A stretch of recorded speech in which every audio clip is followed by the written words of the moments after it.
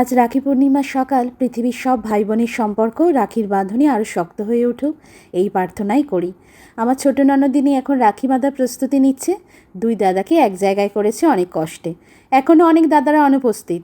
বড়দাকে এখন রাখি বাঁধানো চলছে, আর প্রণাম আর আশীর্বাদের পর্বটা হয়ে গেল একেবারে চোখের পলকেই। ঠিক বুঝতে পারলাম না। এবার ছোটদাকে রাখি পরাচ্ছে। আর এক বোন এসেছে রাখি বাঁধতে। সে একেবারে ঝড়ের গতিতে এলো, রাখি বাঁধলো আর চলে গেল। তার নাকি বিশাল তাড়া।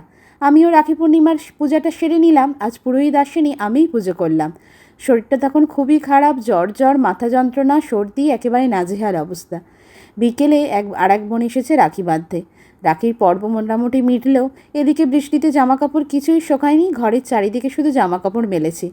আর নিউজে তো সবাই একটাই খবর দেখছে এখন। সত্যি আমরা সবাই ন্যায় বিচার চাই। চলো ভিডিওটা তবে এখানেই শেষ করি। এমনই অনেক ভিডিও পেতে প্লিজ সাবস্ক্রাইব মাই চ্যানেল।